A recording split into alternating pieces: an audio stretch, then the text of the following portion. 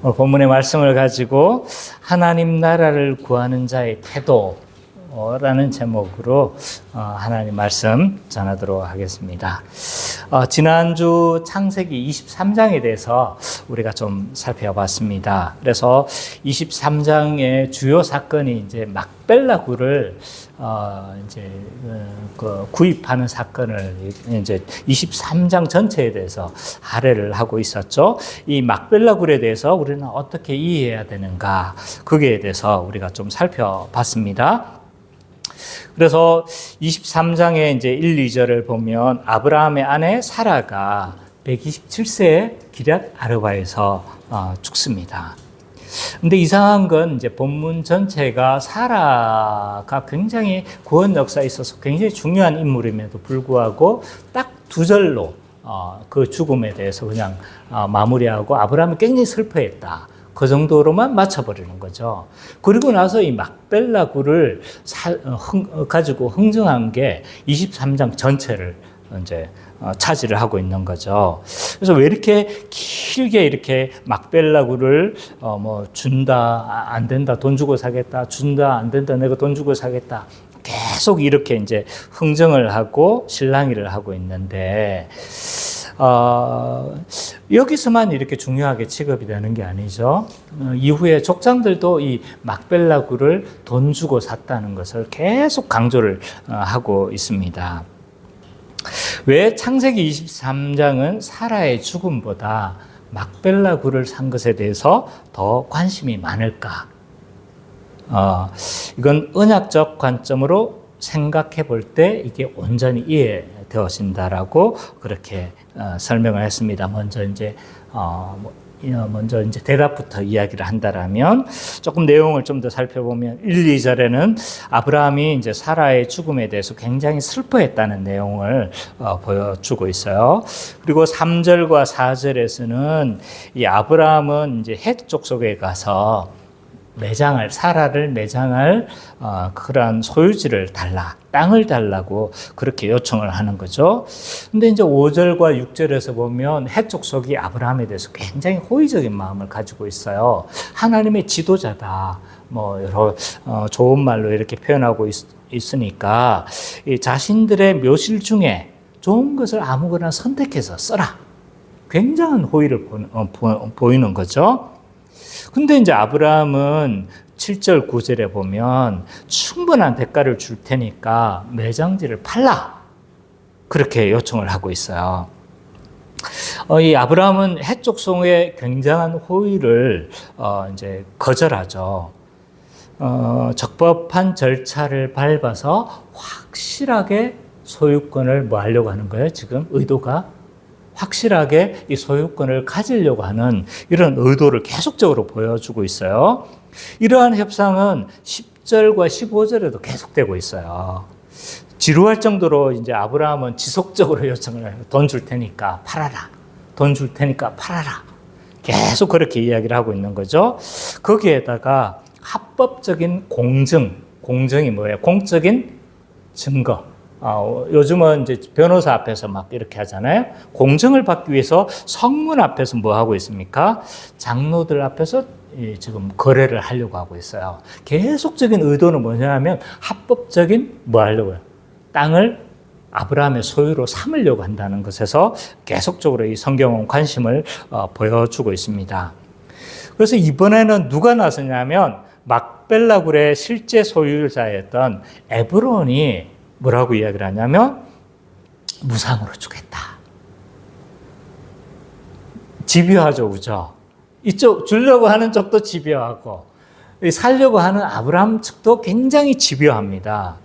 아브라함은 12절, 13절에 보면 다시 정중하게 그 값을 치르겠다라고 그렇게 이야기를 하고 있는 거예요. 그러면서 에브론이 막 약간 너스레를 뜹니다. 이 땅은 400세겔밖에 안 된다. 근데 당신하고 나 사이에 이거 가지고 이렇게 거래를 하려고 하느냐, 너스레를 뜹니다. 근데 아브라함은 굳이 뭘 하냐면 돈을 주고 사겠다라고 그렇게 주장을 합니다. 그래서 아브라함은 결국 막벨라 굴을 이제 구입하는 장면이 보여집니다. 그래서 거기에 사라를 장사하고 아브라함의 소유로 마지막 구절에 보면 확정되었더라 라고 이렇게 이야기를 하고 있어요. 이제 아브라함 깨끗다라는 게 이제 딱 확정이라는 단어를 써가면서 됐다 이렇게 이야기를 해요. 그래서 아브라함은 이제 막벨라구를 주어 합당하게 소유를 했어요. 왜 이렇게 우리는 이제 질문해 봐야 되는 거죠. 왜 이 막벨라구를 정당한 가격을 주고 굳이 사서 자신의 소유로 삼으려고 했는가? 언약적 관점으로 봐야 된다고 했어요. 그게 뭐였냐면 막벨라굴은 이제 언약에서 하나님의 아브라함의 12장 1, 2, 3절에 보면 아브라함의 언약이 있었죠. 그 뭐예요? 가나안 땅을 주겠다. 땅을 주겠다. 그 다음에 널 통치해서 복을 주겠다. 또 뭐였어요? 많은 자손, 별과 같은 자손을 주겠다. 이 약속을 했는데 이 아브라함은요 분명한 것을 뭘로 여겼냐면 이 막벨라구를 하나님이 주실 땅의 전조로 여긴 거예요. 전조. 그래서 그 조상들이 지금은 주지 않았지만 가나안 땅을 주지 않았지만 그 조상들이 그곳에 계속 묻히는 거예요.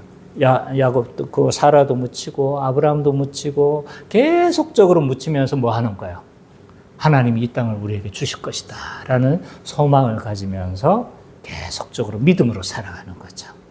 그래서 아브라함은 이 막벨라구를 하나님이 주실 땅의 전조로 여겼다. 또 하나는 뭐예요? 만약 이 가나안 땅이 이 가나안 사람들이 시혜적으로 주는 것이라면, 호의로 베풀어 주는 것이라면 뭐가 되는 거예요? 하나님이 주시는 것이 아니라 뭐가 주는 거예요? 이방인들이 주는, 시혜적으로 주는 것으로 이해가 되는 거죠. 그래서 하나님의 언약으로 근거해서 받는 것이 아닌 게 되어버리는 거예요. 그래서 굳이 돈을 줘서 그렇게 살려고 했다라는 것을 우리가 지난 23장에서 그렇게 살펴봤습니다. 그래서 23장의 중심적인 메시지는 뭐냐? 아브라함은 값을 지불하여 막벨라구를 구입함으로 이 땅을 하나님이 주실 것을 바라보고 신앙 고백하였다라는 것이 23장의 핵심 메시지다라는 것을 알 수가 있습니다. 이제 한 장이 끝났어요. 자, 오늘 본문은 24장입니다. 24장에 보면 지난주에도 이제 잠깐 살펴봤지만 한 세대가 이제 좀 물러가는 것을 볼 수가 있어요. 아브라함 세대가 지금 이제 가고 있는 거죠. 그리고 아브라함이 물러가고 아브라함의 언약의 계승자였던 이삭의 시대가 다가오고 있음을 잘 보여주고 있습니다. 그래서 1절과 9절을 보면 아브라함은 아브라함의 종에게 뭘 이야기를 하는 거예요? 내 고향 바다나람으로 가서 이삭의 아내를 택하라. 배필을 구하라. 이런 이야기를 하고 있습니다. 1절과 9절을 우리 그 선미자매가 좀 읽어주십시오. 아브라함이 나이가 많아 늙었고 여호와께서 그에게 범사의 복을 주셨더라. 아브라함이 자기 집 모든 소유를 맡은 내 두 종에게 이르되 청하건대 내 허벅지 밑에 이름을 넣어라. 내가 너에게 하늘의 하나님 땅의 하나님이신 여호와를 가리켜 맹세하게 하노니 너는 내가 거주하는 이 지방 가나안 족속의 딸 중에서 내 아들을 위하여 아내를 택하지 말고 내 고향 내 족속에게로 가서 내 아들 이삭을 위하여 아내를 택하라. 종이 이르되 여자가 나를 따라 이 땅으로 오려고 하지 아니하거든 내가 주인의 아들을 주인이 나오신 땅으로 인도하여 돌아가리이까. 아브라함이 그에게 이르되 내 아들을 그리로 데리고 돌아가지 아니하도록 하라. 하늘의 하나님 여호와께서 나를 내 아버지의 집과 내 고향 땅에서 떠나게 하시고 내게 말씀하시며 내게 맹세하여 이르시기를 이 땅을 내 씨에게 주리라 하셨으니 그가 그 사자를 너보다 앞서 보내실지라. 내가 거기서 내 아들을 위하여 아내를 택할지니라. 만일 여자가 너를 따라오려고 하지 아니하면 나의 맹세가 너와 상관이 없나니 오직 내 아들을 데리고 그리로 가지 말지니라. 그 종이 이에 그의 주인 아브라함의 허벅지 아래 손을 놓고 이 일에 대하여 그에게 맹세하였더라. 1절과 9절을 보면 이제 밧단 아람으로 가서 이삭의 아내를 택하라라는 내용이 이제 주요 내용이라고 할 수 있습니다. 그래서 이제 1절을 보면 이 아브라함이 늙었다는 것을 강조하고 있어요. 그래서 이 늙었다는 건 뭐예요? 서서히 지금 한 세대가 지금 마무리가 되고 있구나라는 것을 잘 보여주고 있어요. 아브라함은 굉장히 중요한 인물이었죠. 구원 역사에 있어서 굉장히 중요합니다. 신약에 있어서도 굉장히 아브라함은 중요해요. 왜냐하면 아브라함의 유업을 우리가 뭐 하는 거예요? 받은 자들이잖아요. 그죠? 그러니까 이 아브라함은 구원 역사의 어떤 계시, 하나님께서 어떻게 구원을 이루실 것인가에 대해서 그리고 그 구원을 이루신 구원이 뭐냐, 그게 곧 하나님 나라였다는 걸 쭉 이렇게 이제 이야기를 하고 있는데 그 계시를 누가 처음으로 받은 사람이에요? 아브라함이 처음으로 받았기 때문에 신약에서 왜 아브라함을 자꾸 언급하느냐? 아브라함과 우리가 받은 복과 굉장히 밀접하게 연결되어 있기 때문인 거예요. 그래서 아브라함이 받은 약속과 우리가 받은 복이 서로 굉장히 연결되어 있습니다. 근데 이런 중요한 인물이 지금 어떻게 되는 거예요?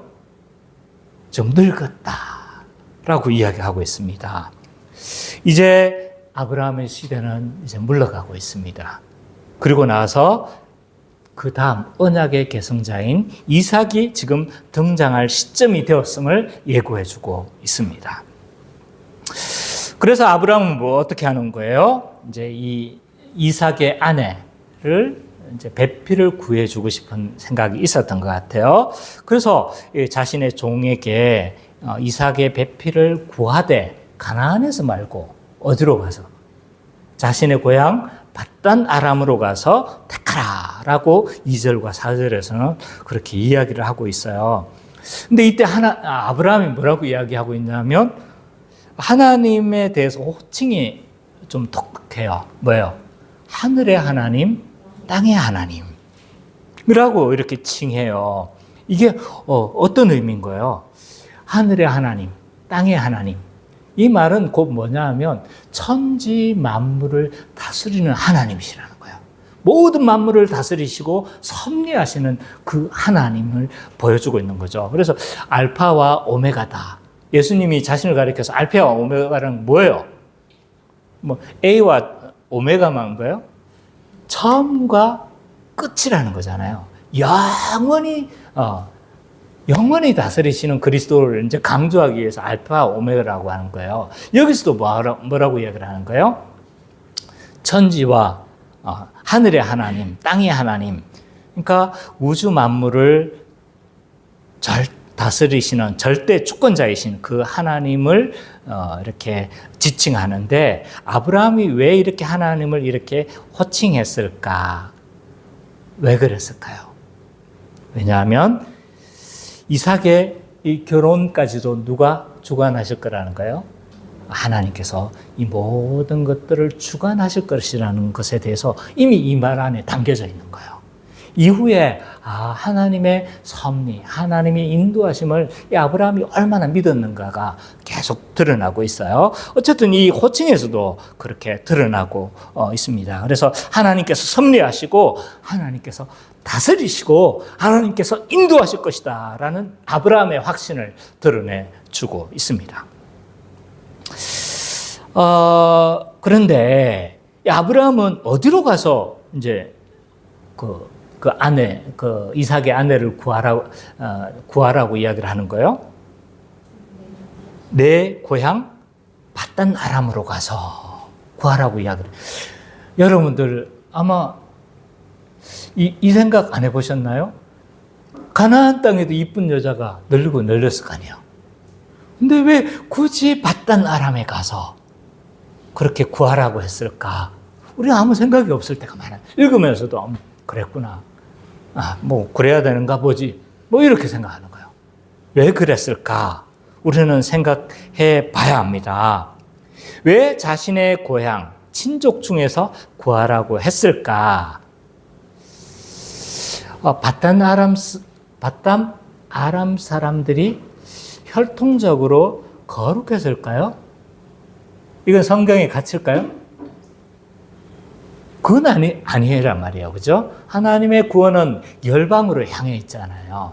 이방인도 구원하시는 게 하나님의 계획이에요. 근데 뭐 혈통적으로 여기는 더 거룩하고 여기는 더 부정하고 이건 아닐 거란 말이에요. 이건 성경 전체의 가치가 아닙니다. 그럼 아브라함은 순혈주의, 자기 피가 이게, 이런 거 따지는 것도 아닐 거란 말이에요. 그죠? 그것도 아닐 거고. 아니면, 가난한 사람들이 혈통적으로 부정해서 그런 걸까? 더 거룩하지 않은 거예요. 어떻습니까? 이 제안은 어떻습니까? 이것도 잘못된 거예요. 왜냐하면, 이후에 38장에 보면, 유다가 누구를 통해서? 가나안 여인을 취해서 하거든요. 그런 걸 봐보면 이것도 또 아니란 말이에요. 그럼 왜 아브라함은 이렇게 했을까? 이렇게 행동한 이유는 무엇이었을까? 라고 했었을 때 대부분의 경우들은요, 언약으로 생각하면 이 문제가 해결이 되어져요. 아브라함이 이렇게 판단한 이유는요, 가나안 족속은 나중에 하나님이 약속을 이루면 어떻게 되어지는 사람들이에요? 쫓겨나가는 사람들이 되겠죠. 그죠? 물론 그 쫓겨나가는 이유가 그들의 죄 때문이라고 이제 창세기 15장에는 이야기를 하고 있어요. 근데 그들의 죄 때문이라 할지라도 쫓겨날 사람들인 거예요. 쫓겨나면 어떻게 되어집니까? 아브라함이 이제 이 가나안 땅 아브라함의 후손들이 이 땅을 차지하게 될 거고, 그래서 아브라함의 의식 속에는 어떤 생각이 있냐면 가나안 사람과 섞이면 안 된다는 생각을 가지고 있었던 거죠. 왜? 섞이면 나중에 어떻게 되는 거예요? 후손들이 차지할 때 문제가 생기는 거예요. 왜? 결혼관계에 얽혀져 있으니까. 어떻게 쫓아냅니까? 그 약속이 이루어지기가 힘든 거죠. 그래서 나중에 아마 이 약속이 이루어질 때 굉장히 어려움을 겪게 말 것이라는 생각을 가지고 있었던 것 같아요. 아브라함은 이게 언제 이루어질지 몰랐던 거예요. 그래서 만약에 이 땅을 주실 때 만약 섞이게 되어지면 서로 굉장한 어려움이 있을 거란 이런 생각을 가지고 있었던 거죠. 그래서 아브라함이 이 가나안에서 배필을 구하지 말라고 한 건요, 언약에 대한 믿음 때문이었다. 이 언약에 대한 성취를 바라보면서 이 가나안 사람들과 섞이면 문제가 생길 것에 대해서 좀 조심스러웠던 것 같습니다. 그리고 아브라함의 종에게 이제 뭐예요? 구하러 갈 때 허벅지를 아브라함의 어디에 넣으라고 한 거예요? 허벅지에 넣어서 맹세하라고 이야기를 해요. 이것도 좀 생각 안 해본 문제였죠. 그죠? 생각해 봤습니까? 왜 허벅지에 넣어서 맹세하라고 했을까? 옛날에는 여기 이제 환도뼈라고, 옛날 번역에서는 환도뼈로 이렇게 번역이 되어져 있어요. 왜 이 환도뼈에 넣어서 이렇게 맹세를 하게 했을까? 실제로 환도뼈에 넣으면요, 여기 환도뼈가 엉치에 있는 뼈거든요. 환도뼈 위에 넣으면 곧 어디에, 그 주인의 어디에 만지게 되는 거예요? 성기의 손을 만지게 되어져 있습니다. 그래서 실제적으로 만지라고 한 거, 어떻게 보면 요 근처에다 대고 맹세를 한 거죠. 그럼 왜 이런 행동을 하게 했을까?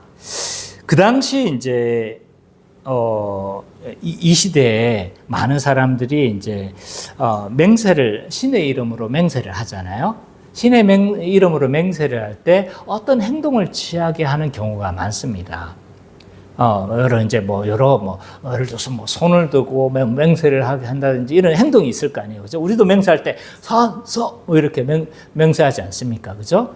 그것과 연관된 행동이 있는데 이것도 뭔가요? 맹세와 연관된 행동이라는 것을 우리가 알 수가 있어요. 근데 독특한 게 문제예요. 왜 환도뼈 위에다가 놓고 맹세를 하게 했을까? 왜 그랬을 것 같아요? 자, 여기에 대한 저도 굉장히 요 부분을 해석하는 데가 굉장히 어려웠어요. 왜냐하면 많은 사람들이 이제 학자들의 해석도 많이 너무 다른 거예요.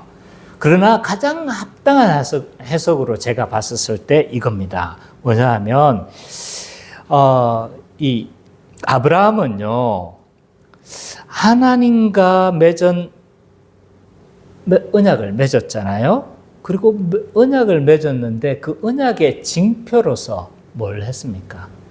할례를 행했어요. 그죠? 그 15장에 나와 있습니다. 그래서 할례를 행하게 했는데 그 언약의 징표로서 이제 그 할례를 했는데 그 할례가 성기에 있는 거잖아요. 그죠? 그래서 성기에 손을 대게 하는 건 곧 뭐와 연관되어져 있다는 거예요? 하나님의 언약과 연관되어져 있다는 것을 우리는 쉽게 추정할 수가 있습니다. 종들도 할례를 다 받았어요. 왜냐하면 그 집에 있는 모든 자들도 다 할례를 받았기 때문에 그럼 종들도 이 언약의 의미를 알고 있었을까요? 모르고 있었을까요? 알고 있었다는 것으로 봐야 합니다. 그러면 이렇게 맹세한 건 뭐예요? 아브라함이 언약의 계보를 잇기 위해서 지금 노력하고 있잖아요. 그리고 그 이삭의 아내를 뭐하게 한 거예요? 구하도록 지금 노력하고 있죠? 그러면 자신도 뭐예요? 이 언약의 계보를 잇기 위해서 충성을 다하겠다는 거예요. 최선을 다하겠다는 이런 맹세인 거죠. 그래서 이런 맹세를 하고 있는 것을 알 수가 있습니다. 저는 이게 가장 합당한 해석으로 보여집니다. 그래서 이때 종은 묻죠.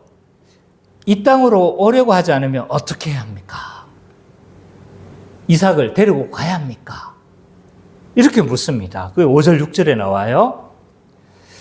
왜 이런 종은 염려를 했을까? 왜냐하면 그 당시 문명의 중심은 어디냐 하면 그 아브라함이 살았던 그 메소포타미아, 바다마 아람 아니면 또 어딘 거예요? 이집트인 거예요. 이집트 아니면 메소포타미아 지역이 그 당시 문명의 중심이에요. 가나안은요. 믿음으로 봐서는 젖과 꿀이 흐르는 땅이지만 사실은 세계 역사로 보면요 굉장히 변방이고 땅도 그렇게 좋은 땅이라고 할 수는 없는 거죠. 그래서 문명의 중심지에서 이 가나안 척박한 곳으로 오는 것입니다. 그러니까 여자가 따라오기 쉽겠습니까? 어렵겠습니까? 도시에서 시골로 지금 시집가라는 거예요. 갈 거예요? 장가 갈 거예요? 갈 거예요? 갈 거예요? 하나님의 부르심이라면 그렇죠. 하나님의 부르심이라면 가야 되겠죠. 근데 그게 쉽지 않은 거죠. 거기에다가 이 당시 서로 얼굴을 알고 있었습니까? 얼굴을 모르고 있습니까? 얼굴도 모르는 상태인 거예요. 남편이 잘생겼으면 갈 거예요? 맞아요. 잘생겼으면 또 생각해 볼 만해요. 그럼 얼굴도 사진 찍어가지고 지금 핸드폰 보세요. 우리 주인님이 이렇게 잘생겼어요 하고 딱 보여주면 되지만 그 당시 사진이 있습니까? 뭐가 있습니까?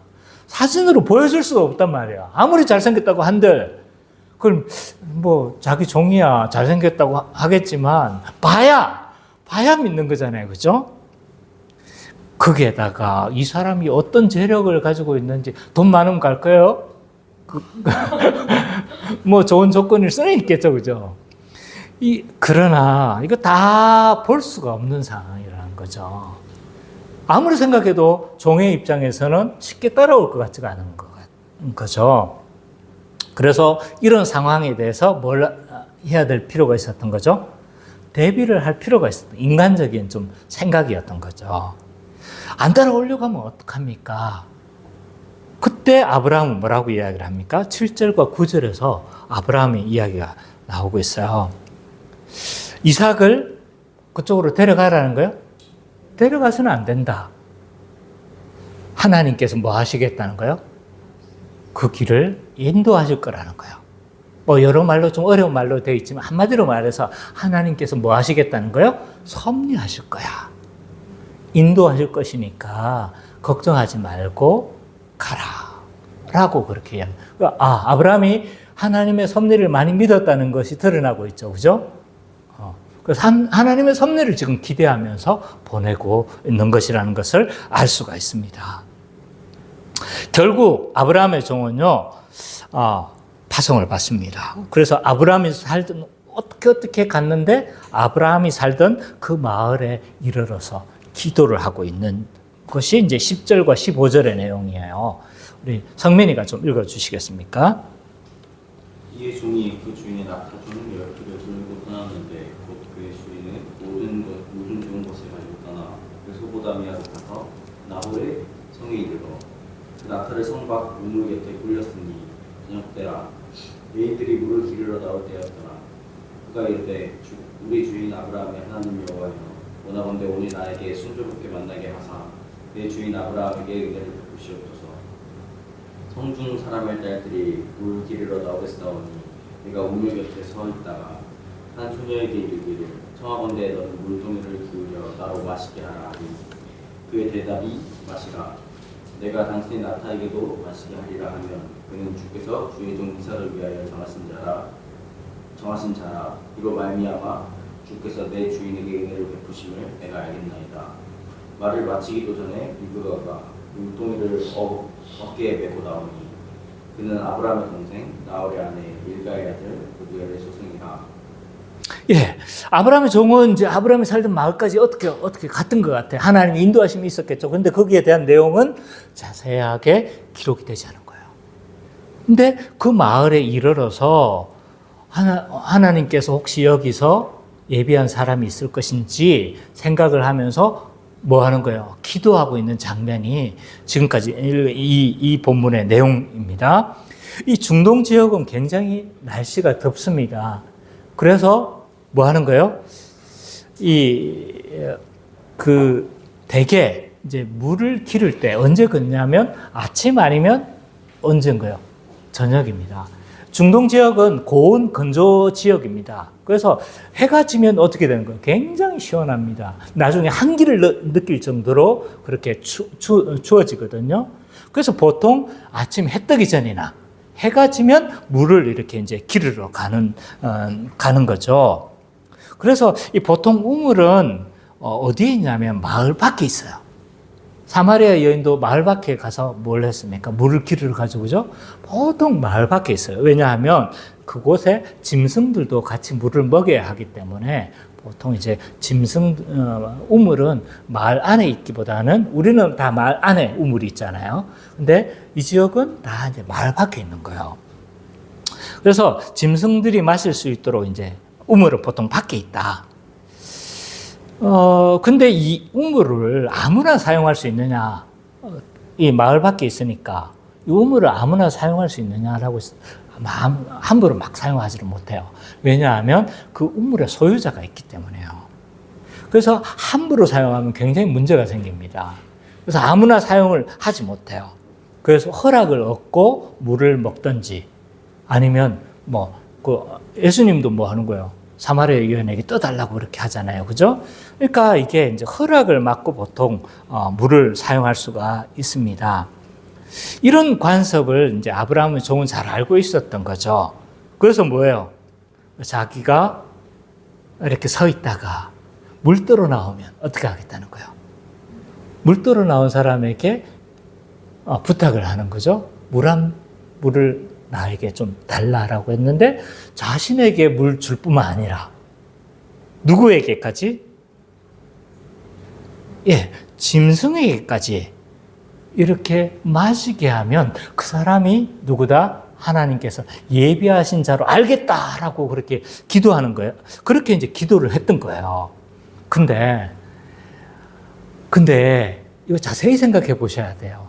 낙타가 10마리예요. 낙타가 있잖아요. 그냥 우리처럼 한 컵 먹고 한 컵 마시고 이렇게 만족한 동물이 아닙니다. 굉장히 지금 목말라 있었을 때는 어마어마한 양의 물을 마셔가지고 혹에다가 저장하는 거 아시죠? 그죠? 엄청난 양의 물을 먹어요. 그러면 보통 그 당시에 여인들이 이렇게 메고 다녔던 이런 물동이를 했었을 때 한 12리터의 물을 뜰 수가 있어요. 근데 이 10마리 낙타를 먹이려면요, 총 몇 번을 왕복해야 되냐 하면 한 10번 정도로 왕복해야 되는 거예요. 12리터를. 그럼 그런 호의를 베풀기가 쉽습니까? 어렵습니까? 그냥 이 종에게 해달라고 그러면 어떻게 줄 수는 있어요. 그죠? 뭐 착한 여인이라면 주지 않겠습니까? 그죠? 물 드세요 하고 줄 수 있는데 아무 말도 없는데 이 낙타도 제가 물을 떠주겠습니다 라고 하면 이건 뭐예요? 곧 그 말은 천사다. 이 여인하고는 바로 결혼해도 된다. 이렇게 생각해도 무방한 거예요. 이렇게 되기가 너무 힘든 조건이라는 거죠. 근데 지금 종은 어떻게 했습니까? 그렇게 기도를 했던 거예요. 이거는요, 철저하게 하나님께서 예비하시고 선택하지 않으면, 하나님께서 섭리하시지 않으면 이 일들은 사실 불가능하다. 이런 것을 알 수가 있어요. 그러니까 이 종도 뭘 믿은 거예요, 지금? 하나님의 섭리를 기대했던 거예요. 근데 리브가 그 종이 이렇게 기도했는데 리브가는 이렇게 종이 기도한 대로 뭐 합니까 지금? 행동하는 거예요. 그게 15절부터 27절까지 나와 있습니다. 좀 빨리 읽어주세요. 양이 좀 많아가지고 3장 좀 읽어주시겠습니까? 27절까지.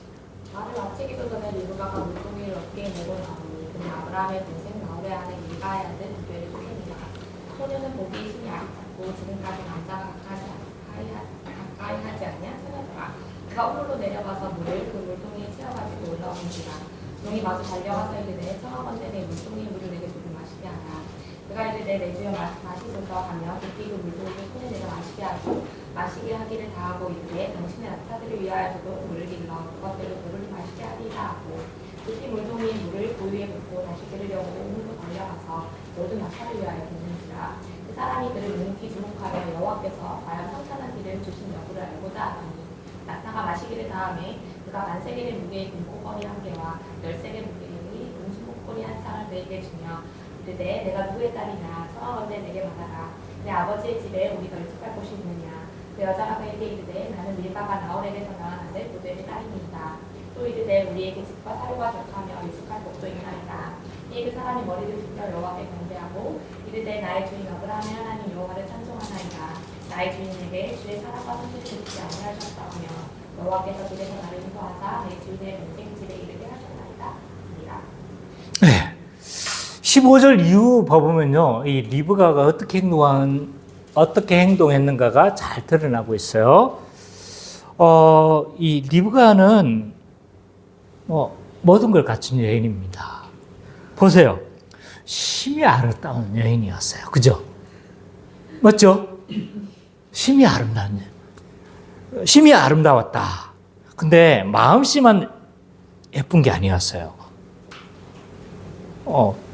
참 얼굴만 이쁜 게 아니었어요. 마음도 어떻게 했던 거예요? 너무 이뻤습니다.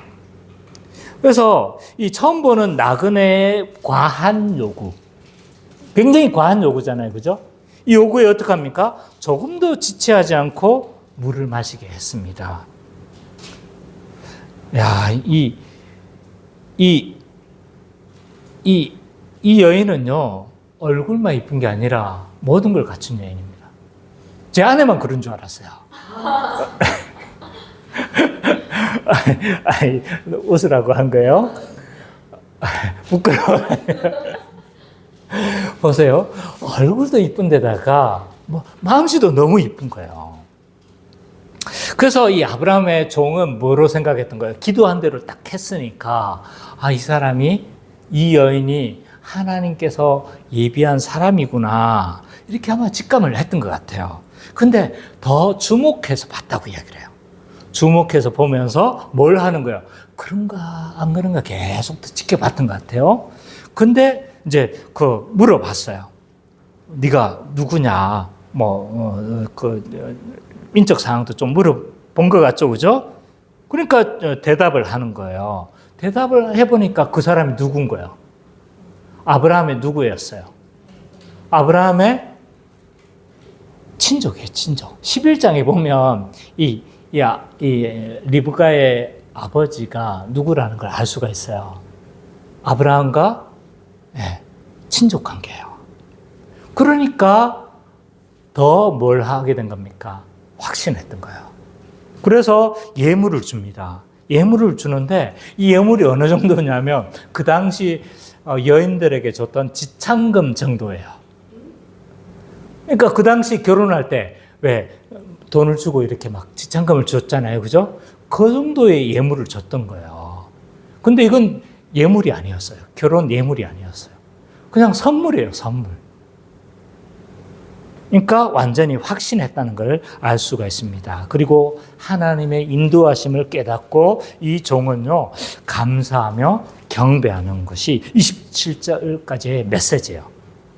내용입니다. 그래서 핵심 메시지는 뭐냐?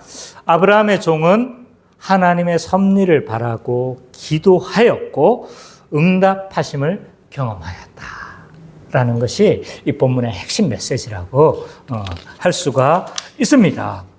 자, 그러면 이 과거에 있었던 이 사건이 오늘날 우리와 어떤 연관성을 가지고 있고 어떤 상관성을 가지고 있느냐? 오늘 복음으로 이 본문을 어떻게 바라봐야 되느냐? 생각해 봐야 합니다. 오늘 우리에게 주는 이 신약적 의미는 무엇일까? 오늘 본문은요, 하나님 나라를 살아가는 신자가 어떤 태도로 하나님 나라를 살아야 하는지를 잘 보여주고 있어요. 다시 한번 이야기하겠습니다. 하나님 나라를 우리는 살아가고 있어요. 이미 왔어요. 그래서 하나님 나라를 살아가고 있는 신자가 어떤 태도로 우리가 살아가야 되는지를 잘 보여주고 있어요. 첫 번째로, 하나님 나라를 살아가며 하나님 나라를 구하는 자는요, 하나님의 섭리를 기대하면서 살아야 돼요. 아브라함이 그랬던 것처럼, 아브라함의 종이 그랬던 것처럼 하나님의 섭리를 바라고 기대하면서 우리는 살아가야 합니다. 오늘 본문의 아브라함을 보면요, 아브라함은 최선을 다해서 이 언약의 씨를 잇기 위해서 노력합니다. 자신도 어떻게 했어요? 하나님의 은혜로 이렇게 그 씨를, 이삭을 낳았어요. 은혜로 낳았어요. 도저히 날 수 없는 상황이었어요. 우리가 앞에 다 들어봤던 사람은 알겠지만, 이거 뭐 끝까지 낳을 수 없는 극한의 한계까지, 100살까지 기다려가지고 100세에 뭘 하게 하시는 거예요? 하나님이 은혜로 얻게 하시는 거예요. 하나님이 하신다는 걸 보여주고 있는 거예요. 그래서 자신도 그렇게 은혜로, 그렇게 언약에 하나님께서 하셨지만, 그 언약의 씨를 이었어요. 그런데 그 아들도 어떻게 해야 되는 거예요? 언약의 씨를 이어야 되는 거예요. 그래서 뭘 하는 거예요, 지금? 배우자를 배필을 구하도록 하게 한 이유도 거기에 있는 거예요. 근데 이런 인간적인 노력만 한 게 아니에요. 뭘 기대한 거예요? 하나님의 섭리를 기대했던 거예요. 왜? 이거는 인간의 힘으로 이룰 수 있는 게 아니기 때문입니다. 하나님의 힘으로만 하나님 나라를 이루어갈 수 있고, 하나님의 힘으로, 하나님의 그리스도의 통치로만 이 하나님 나라는 이루어질 수 있기 때문이에요. 인간의 힘으로 이룰 수 없기 때문에 우리는 하나님의 섭리를 기대하면서 살아갈 수밖에 없는 겁니다. 신자는요, 하나님 나라가 우리의 힘으로 이루어질 수 없다는 걸 알아야 돼요. 우리가 서로 사랑하면서 막 하나님 나라를 이룰 수 있다고요? 맞아요. 그래야 돼요. 근데 그렇게만 해서는 안 되는 거예요. 그렇게 이루어질 수 있는 것이 아니에요. 왜? 하나님 나라는 영적인 나라예요. 하나님 나라는요, 하나님의 통치로, 그리스도의 통치로만 이루어지는 것이기 때문에 우리의 힘으로 그렇게 이루어갈 수 있는 성격이 아닌 거예요. 그래서 하나님의 섭리를 기대하고 하나님의 통치를 바라면서 우리는 살아가야 합니다. 하나님의 섭리를 바라보면서 살아가야 돼요. 아브라함처럼. 아브라함의 종처럼.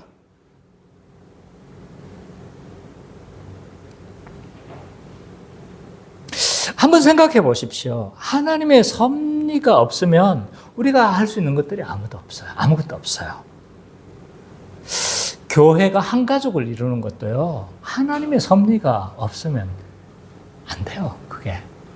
제 아내와 제가 정말 열심히 전도를 많이 했어요. 안 한 게 아니에요. 몇 년 동안. 계속 열심히 했어요. 그래서 한 자매는요, 몇 년의 공을 들이고, 복음을 전하고, 우리가 어디까지 했냐면, 같이 놀러까지는 갔어요. 교회가 놀러 가는데 같이 가기는 갔죠, 그죠? 근데 안 와. 안 되는 거예요. 한 가족을 이루는 건요, 하나님이 하세요. 우리 그렇잖아요. 지나가는 사람 아무나 붙잡고, 딱 붙잡고, 우리 가져갑시다. 그러시겠습니까? 아무나 딱 붙잡고, 야, 너 우리 사이 하자. 아무나 지나가는 사람 딱 붙잡고, 야, 너 괜찮은데, 야, 우리 며느리 하자. 이러시겠습니까? 이렇게 못하는 거예요. 교회가 한 가족을 이루는 건요, 하나님의 섭리가 없으면 안 돼요. 선미자매가 우리 교회에 이제 꽤 오래 되어졌는데, 선미자매가 왜 우리하고 한 가족이 된지 아세요? 우리 카페에 놀러 왔다가, 차 한잔 마시러 왔다가, 우리 교회에 출석하게 됐어요. 왜 그랬냐면, 선미자매가 교회가, 시내에 있었는데, 다녔던 교회가 시내에 있었는데, 저 유라 지역으로 이사 갔죠, 그죠?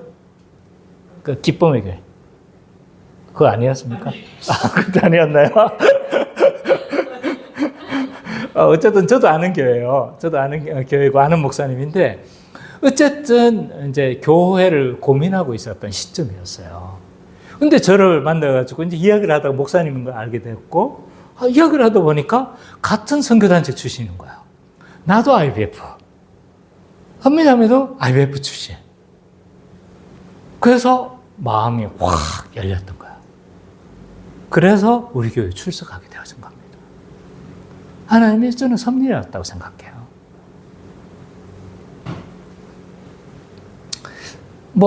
시에도 이런 시가 있잖아요.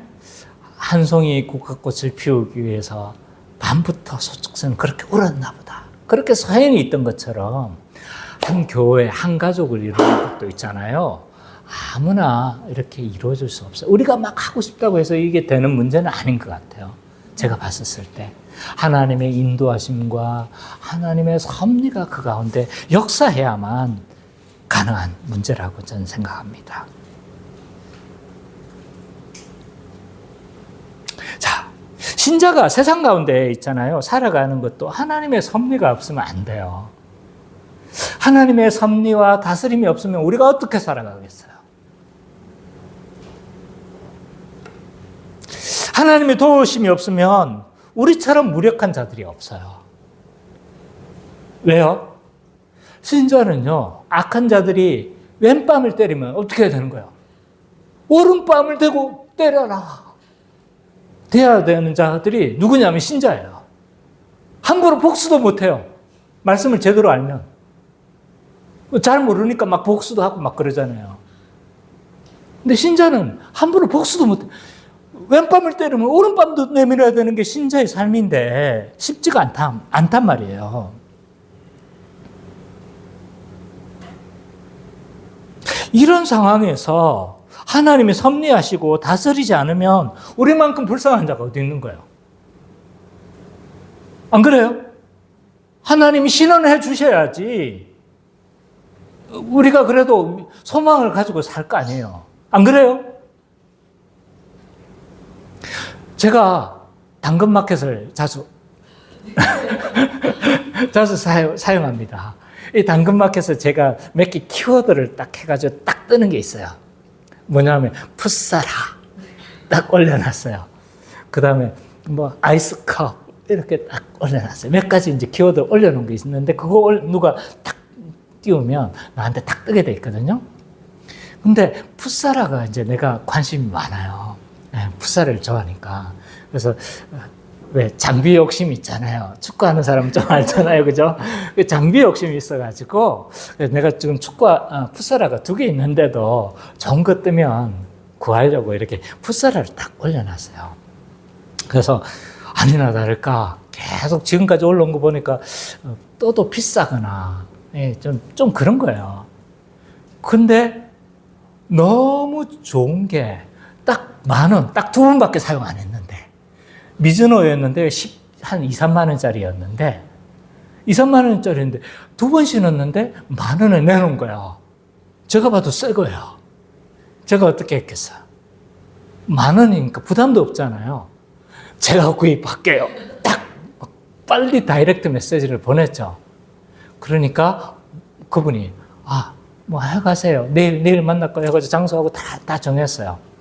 그래서 룰루랄라 하고 딱 있었는데 그게 아내는 몰라요, 지금. 어떤 역사가 있었는지 지금 아내는 몰라요. 어쨌든, 그러고 이제 다음날 만나려고 토요일, 그 다음날이 토요일이었어요. 그러니까 금요일 그 일이 있었던 거예요.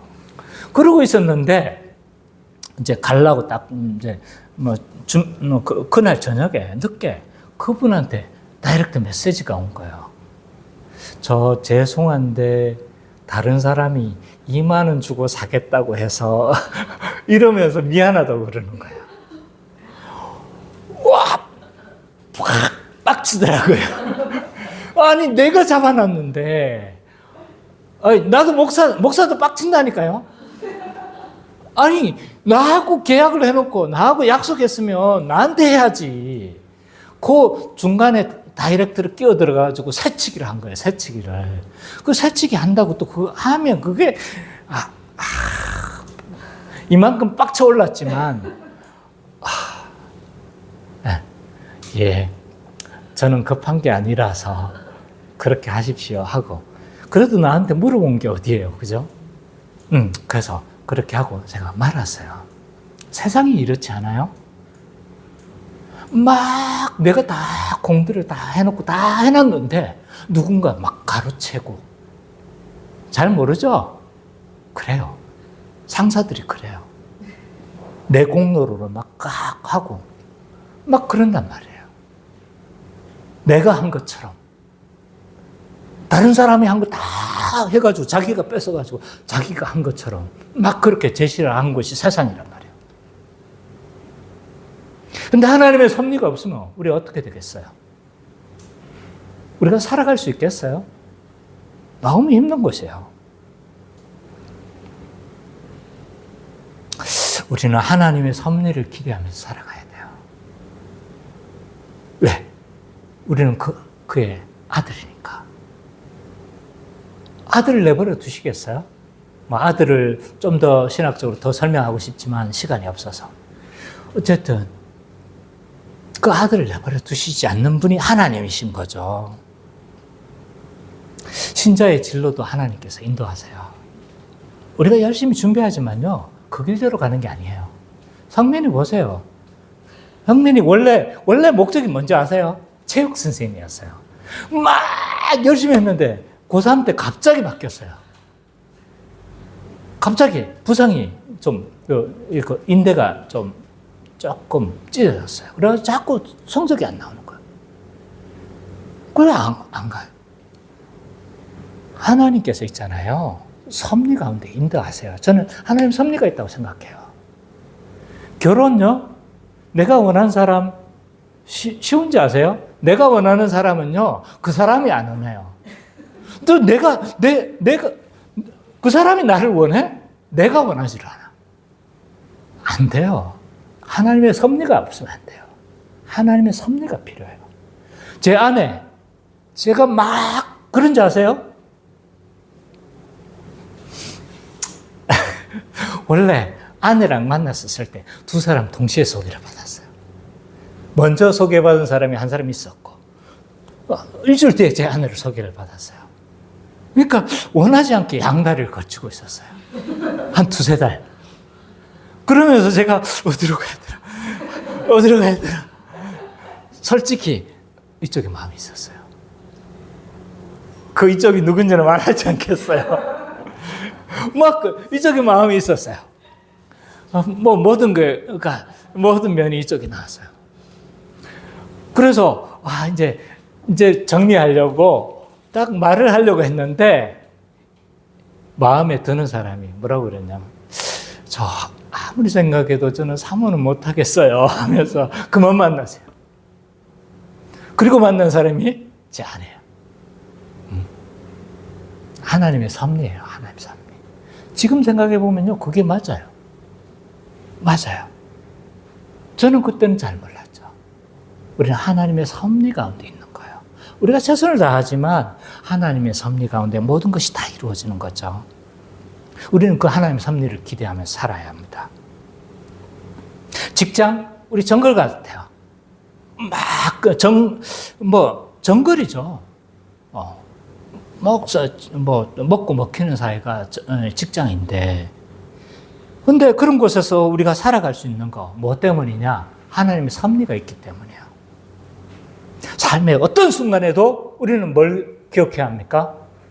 하나님이 우리를 붙드신다는 사실. 하나님께서 나를 만지신다는 사실. 하나님께서 나를 인도하신다는 이 사실을 우리는 믿어야 합니다. 그래서 그 하나님 섭리를 보면서 우리는 살아가야 해요. 두 번째로, 하나님 나라를 구하는 자, 하나님의 섭리를 기대하는 자는요, 하나님의 섭리를 기대하기 때문에 뭘 하는 거예요? 기도하는 사람이에요. 기도하는 사람. 오늘 본문에서 아브라함의 종은 어떻게 했어요? 하나님 섭리를 믿은 사람이었죠. 근데 어떻게 합니까? 그 후손을 잇기 위해서 최선을 다해서 막 그 길을 찾고 했을 거예요. 그렇게 다 했지만 하나님의 섭리를 믿기 때문에 이것이 자신의 힘으로 이룰 수 없다는 걸 알기 때문에 뭐 하는 거예요? 하나님의 섭리를 바라면서 뭘 하고 있습니까? 지금 기도를 하고 있는 거예요. 신자는요, 하나님 나라가 하나님에 의해서 이루어진다는 것을 알기 때문에, 내가 이룰 수 없다는 걸 알기 때문에 기도하는 자가 신자예요. 신자가 왜 기도해야 되는지 아세요? 왜 신자가 기도해야 되냐면 하나님의 섭리를 믿기 때문이에요. 섭리를 안 믿는 사람은요, 기도 안 해요. 왜? 하나님이 나의 삶을 주관하고 계시고 하나님 나를 붙드시고 하나님께서 나를 인도하신다는 거 알기 때문에 우리는 뭐 하냐면 기도하는 거예요. 우리가 내가 기도 안 한다? 뭐 하는 거예요? 섭리를 믿는다고 말하지만 뭘 안 믿는 거예요, 지금? 섭리를 진짜로 안 믿는 거예요. 섭리를 믿기 때문에 우리는 기도하는 거예요. 섭리를 믿는 자는요, 기도하게 돼 있어요. 왜 우리는 기도해야 되는지 아세요? 그건 신자에게 주어진 특권이기 때문입니다. 아들로서의 특권이에요. 우리 은찬이가 있잖아요. 겁도 없이 맨날 아빠 5,000원. 성민이도 가끔 와가지고 아빠 성민이는 말을 안 해요. 말을 안 하면서 응애 이래요. 그냥 이 말은 제가 알아먹어요. 뭐냐면 내가 돈이 필요하다는 거야. 그러면 제가 얼마 필요해? 왜 그런 거예요? 아들이니까 그런 거야. 아들로서의 특권이에요, 기도는. 왜 우리가 또 기도해야 되는가? 왜냐하면 하나님은 기도를 통해서 자신의 일을 이루어 가시기 때문이에요. 하나님이 일을 이루어 가시는 방식이 기도예요, 기도. 이 성민이가 있잖아요. 성인이 되어져 가지고 웬만한 건 자기가 일들을 계획하고 준비하고 다 자기가 그 인생을 설계해 나가요. 근데 있잖아요. 혼자서 다 할 나이잖아요. 그죠? 맞죠? 근데 뭐라고 이야기를 하냐면 한 번씩 나한테 자신의 그런 생각들을 나한테 이야기를 해요. 아빠, 내가 이런 생각을 가지고 있어요. 나한테 물어보는 거예요. 그래 안 해도 자기 뜻대로 할 거예요, 안 할 거예요? 아마 할 겁니다. 근데 물어와 주니까 저는 어때요? 좋아요. 좋고 그러면서 내가 해줄 수 있는 충고도 해주고 막 그렇게 하는 거예요. 그렇게 하면서 아빠가 생각하기에 이렇게 하는 게 좀 어떻겠니? 그렇게 충고도 해줘요. 하나님은 그러세요. 왜 우리가 기도해야 되는가? 하나님이 우리가 기도 안 해도요, 필요한 것은 다 공급하세요. 어떤 건 우리가 작은 시험에도 응답하시는 분이 그분이시라고 하잖아요. 그죠? 기도 안 했어도 다 공급하시는 하나님이신데, 그럼에도 불구하고 하나님 우리가 기도하는 걸 기뻐하시는 거예요. 왜? 그렇게 해서 하나님 자신의 일을 이루어 가시는 거예요.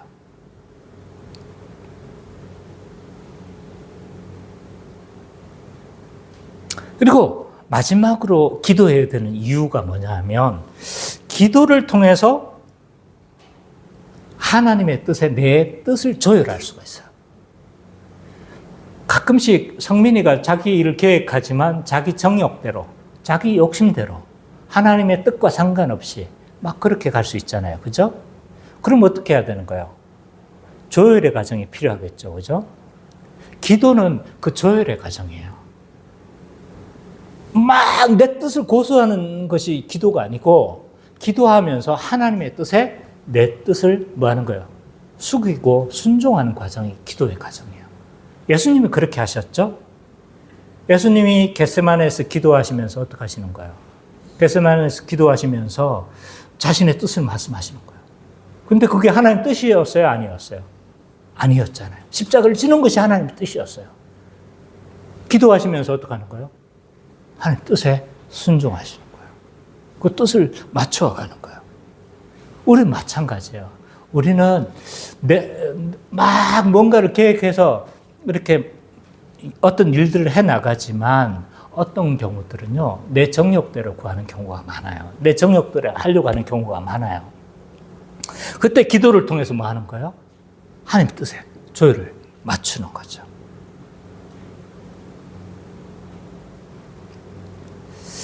그러면 기도해야 된다는 건 잘 알겠어요, 목사님. 무엇을 어떻게 기도해야 합니까?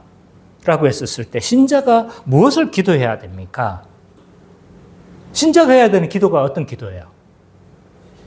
주기도문이에요, 주기도문. 자, PPT 띄워주세요.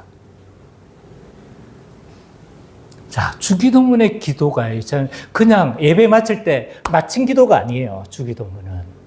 왜 마지막에 기도하는지, 옛날에 마지막에 기도했죠, 그죠? 주기도문 예배 마칠 때 했죠, 그죠? 왜? 이유가 있어요. 왜냐하면 이 주기도문 주기도문대로 내가 살겠다는 선언이고 고백인 거예요. 그러면 그 내용이 무엇인지 알아야 되겠죠. 하나님을 부름, 하나님 청원, 인간 청원, 성령, 이렇게 구조로 되어져 있어요. 하나님을 부른다는 건 뭐예요? 하나님 이름 불러야 될 거예요. 하나님 아버지. 근데 그 하나님 아버지가 어떻게? 하늘에 계신 우리 아버지인 거예요. 하늘에 계시다는 건요, 전능하신 분이라는 거예요. 근데 그분이 하늘에만 계시지 않고 우리 아버지인 거예요. 우리 아버지. 나와 함께 하시는 하나님이신 거예요. 그 아버지께 우리가 간구하는 거예요. 근데 그게 뭐예요? 하나님 청원, 인간 청원을 하는 거예요. 이름이 거룩히 여김을 받으시오며 나라에 임하옵시며 뜻이 하늘에서 이루어진 것 같이 땅에서도 이루어지다. 하나님 나라를 구하는 거예요. 하나님 나라를. 왜? 하나님 나라를 살아가고 하나님 나라를 구하는 게 우리 신자잖아요. 먼저 그 나라와 그 의를 구하라. 그게 이거예요. 이 내용을 우리는 구하는 거예요. 나중에 이거 언제 한번 주기도문을 가지고 제가 12번의 설교를 했거든요. 근데 이제 언제 기회가 되면 또 못 기다리시면 제 유튜브 가서 보시면 있어요. 자, 인간 청원이 있어요. 근데 이게 그러면 이건 우리 인간에 필요한 거냐? 그럴 수도 있어요. 우리 필요들이잖아요. 일용할 양식을 주옵시고, 죄 지는 거 사해 준 거, 우리 죄를 사해 주옵시고, 우리를 시험에 들게 하지 마옵시고, 다만 악에서 구하옵소서. 이걸 구했는데, 이건 우리의 필요를 구하는 게 아니에요. 이거 하나님 거, 이건 우리 거가 아니에요. 왜 이걸 우리의 필요를 구하냐면, 인간 청원, 일용할 양식을 구하는 거잖아요. 일용할 양식은 뭐예요? 우리가 하나님 나라를 구하는데 가장 방해가 되는 것들 중에 하나예요. 그렇잖아요. 그죠? 무엇을 먹을까? 무엇을 마실까? 이런 것들 때문에 우리가 하나님 나라를 구하지 못하는 거예요. 그래서 우리가 하나님께 이 모든 것들, 우리의 안녕과 평안이 하나님께 있다는 걸 뭐 하는 거예요? 일용할 양식을 주옵시고 하면서 하나님께 구하는 거예요. 매일매일의 양식을. 그리고 죄 지었고 우리가 서로 용서하라는 거, 또 뭐예요? 사단의 시험에, 우리가 시험에 들지 말고 악에서 구하여 달라는 것. 다 하나님 나라의 삶을 살아가기 위한 우리의 필요들인 거예요.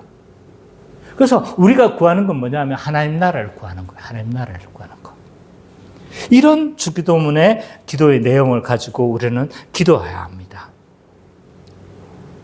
진짜 그렇습니까? 주기도문이 언제 주어진 거예요?